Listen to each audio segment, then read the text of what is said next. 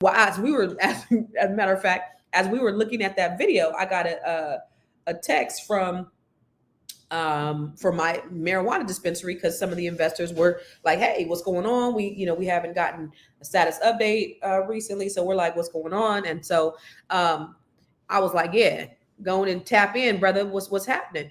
And he was like, "Yeah, we're going to meet on Wednesday, but my money is in different things. And sometimes the market is good for it, and sometimes the market is not so good for it. So you have these ebbs and flows. And so that's why you can't have all your eggs in one basket.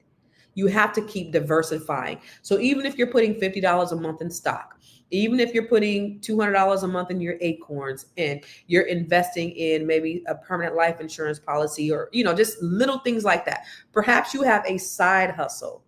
So I can say, like, I've invested in an app, a tech app. I have money there. I've invested in real estate. I invest in dispensary. I invest in stock. I invest in other businesses. I invest in my business. I invest in myself. So there's all these different places where if I don't make money here, then my money is growing here. And so I need you to think outside the box and continue to innovate, because once you stop innovating and you're still living the same lifestyle. So if your money changes, then your lifestyle needs to change, or you will find yourself like Dame Dash, like me in 2009, in bankruptcy. And that's not what you want. The other thing is, let's talk about liquidity and let's talk about investing. There was an interesting video that he did maybe 8 or 9 years ago on the Breakfast Club. And he said, he was talking about being a boss. And I always thought that this was the dumbest shit ever. But, everybody was inspired and they was like, "Yeah, Dave Dash," but I never subscribed to this. Watch this. Do you feel like you get your props as a mogul, man? I don't care. I take my props. Word. Give a fuck about props. I can't. I do get my props. I'm not a mogul. I'm a tycoon. I sell oil. Don't disrespect me and say I do everything everybody else does. And I put up my own money. All these so-called moguls y'all talking about, you name one of them that put their own dough up. A boss, you're only the boss if you put up your own money. If you don't put up your own money, I don't care how much somebody gives you, you're nothing but a supervisor. It's not yours. So how much money can you get paid to not? There's no money in this world for someone to pay me so they could call me, so I could call them a boss. That's like calling somebody daddy. How can a man call another man, "Yo, that's my boss"? We don't do that. I mean, everybody at some point has to have a boss, right? No, not in Harlem.